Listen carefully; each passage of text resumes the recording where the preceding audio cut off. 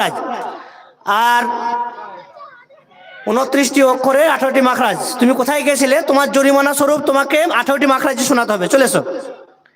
সকলে 13 নম্বর থেকে 18 নম্বর শুনিয়েছে, কিন্তু তুমি লেট করেছো, সেজন্য তোমাকে 1 নম্বর থেকে 18 নম্বর শোনাতে হবে। না খেলাম। আসসালামু আলাইকুম। আমি আপনাদের সামনে 29টি অক্ষরে 18টি মাখরাজ পাঠ করে শোনাচ্ছি। 1 নম্বর মাখরাজ কণ্ঠনালী নিম্ন ভাগ হতে উচ্চারিত হয় হামজা হা। 2 নম্বর মাখরাজ কণ্ঠনালী মধ্য ভাগ হতে উচ্চারিত হয় আইনা।